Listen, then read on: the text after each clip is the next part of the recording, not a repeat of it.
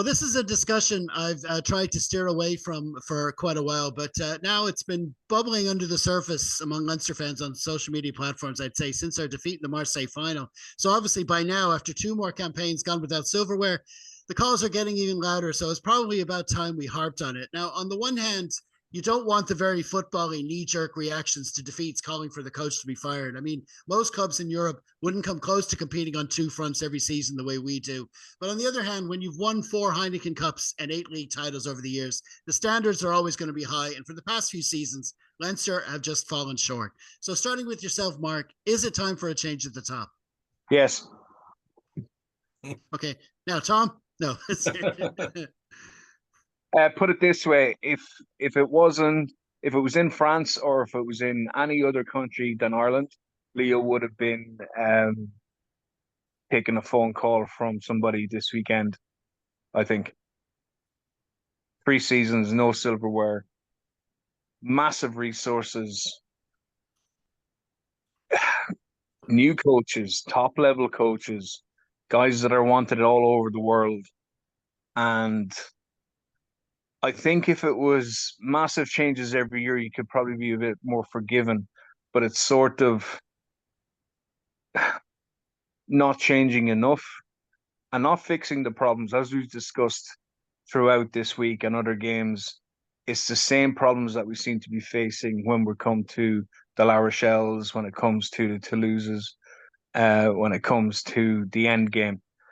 The seasons themselves are taking a similar tone. You know, since the South African teams have come in, we haven't dealt with them. And we haven't dealt with them across the season, either on our mini tours, which always seem to be around February, March time, when we know we're going to be short of players. We haven't got that right yet. It cost us massively this season, along with 2 very poor games against Ulster. And it's professional rugby. It's the top end of the game, and we should be demanding trophies. And I know it's hard to say the word demanding, but everything is in place there for a successful team. And what's success for Leinster is silverware, and that hasn't been there for 3 seasons, and that's the crux of it. Yeah, I mean, I suppose where I'm at the moment is that I'm starting to think it now too, but it's like I'm thinking, well, it's not going to happen. So I'm just preparing myself for the season forwards. But what I'm thinking now is that we've spoken on this pod a few times in recent weeks, especially the way this season has gone for Leinster, that whatever happens next season, and if we get to a Champions Cup final, it'll be nothing unless we win it. If we get to a URC semi-final, it'll be nothing unless we get past it, and probably even win that too. We're not, the judgment isn't going to fall until we get to those final stages. So I'm just thinking that the only thing that could possibly take from that pressure throughout the season would be maybe a change at the top, where it's a new mindset coming in, a new look around things and stuff. So I'm starting to get over to that kind of mindset where I'm seeing scenarios where it might be a better thing. What do you think, Tom? Yeah, it's a difficult one. Leo Cullen is synonymous with Leinster for a long time. I know he had his little stint in Leicester, where he learned to be even more of a dick around the breakdown than he was when he was playing here. But yeah, it's a difficult one. A friend of mine pointed out an article where Mick Dawson, the ex-Leinster CEO, he made a quote about Leo Cullen, basically saying Leo is very good at surrounding himself with good people. Now, you could take that quote and go, well, is that a sort of a backhanded compliment or a backhanded insult? Because Leo doesn't do a whole lot of coaching. I think that's known. It's an overall management style, and the wider Leinster playing group right down to the academy, the full compass of what a manager's role is. So he doesn't really do much coaching. So and obviously then he's selecting the team, and I presume it's him that's making the decisions on the substitution. So maybe there's a bit of a disconnect there. And there's only so much quality players can fill in the cracks before they don't.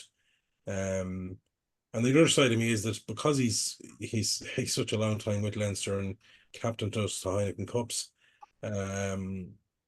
I'd like to give him one more chance next year to correct it and go out on a positive. I can even if we win the Heineken Cup next year, I'm still calling it the Heineken Cup. His contract is up next summer, and I just can't see it being extended. Even if we won the double, I think it'd still be right. It'd be the right time for him to go anyway. So part of me, the romantic part is me, and the the quality, as you pointed out, the anti-football side. I sort of want him to go out in his own steam. But then at the end of the day, it's a professional game, and something's not quite right there. As I said, I don't know if it's the lack of tie between somebody who's making decisions on the pitch and not doing a whole lot of coaching during the week. Sometimes doesn't marry up, and quality will only get you so far if that link is missing. I'm not quite in the no camp Mark is in. But if he went, I'd wish him well. I wish him no ill will, or wish him, definitely, I know Mark's not calling for his head, so to speak, but it is a tricky one. For what it's worth, I think he'll see out his year next year, and I think that'll be it. I personally have no problem with him staying another year, but I need to see something changing in terms of our on-field product. Oh, I agree. Yeah, I agree. And I think the on-field product was obviously very good under Lancaster. I think Leinster played some absolutely scintillating rugby in his time. We absolutely tore apart. Look at some of the games against Toulouse in semi-finals in that era. I certainly feel a new forwards coach is needed. I think obviously McBride looks after the scrum. There's probably question marks over that. The scrum doesn't seem to go as well as it does under Fogarty did when Fogarty was here, John Fogarty, and Fogarty's obviously seemingly doing a better job at Ireland. We'll again have another new backs coach coming in, Taylor Blaindahl, and I often wonder. We spoke about it. Mark had touched on it during the pod when we were talking about the match, about the pod itself. The sort of work during the week between what's been done on defence and attack.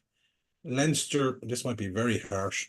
Leinster, there's a little bit of a smack of a Sean Edwards run team.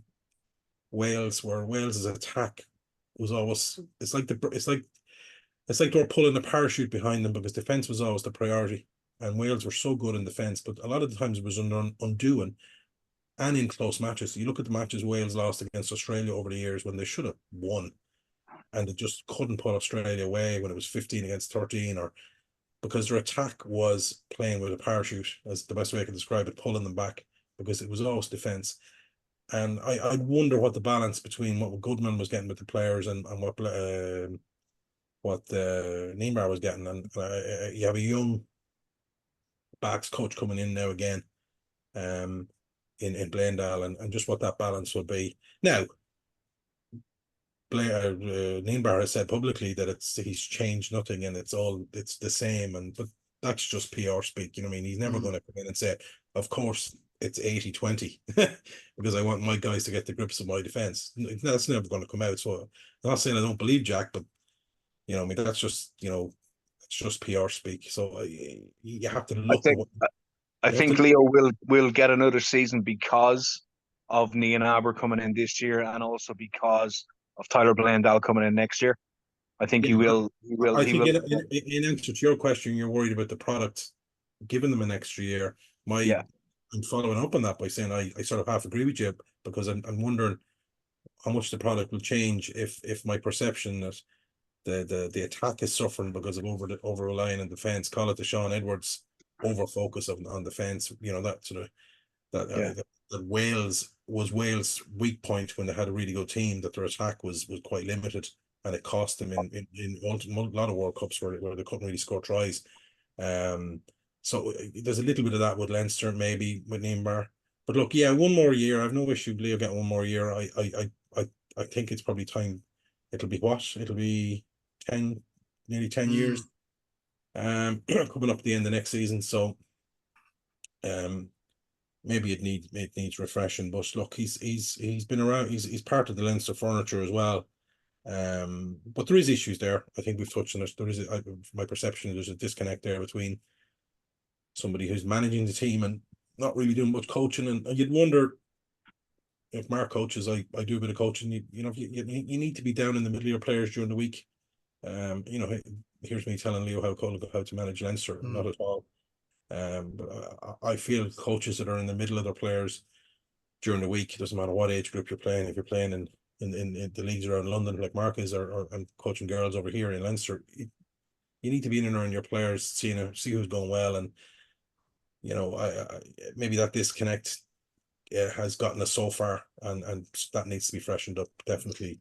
There's a quote from Bill Parcells, the ex-Giants, Cowboys, Patriots coach.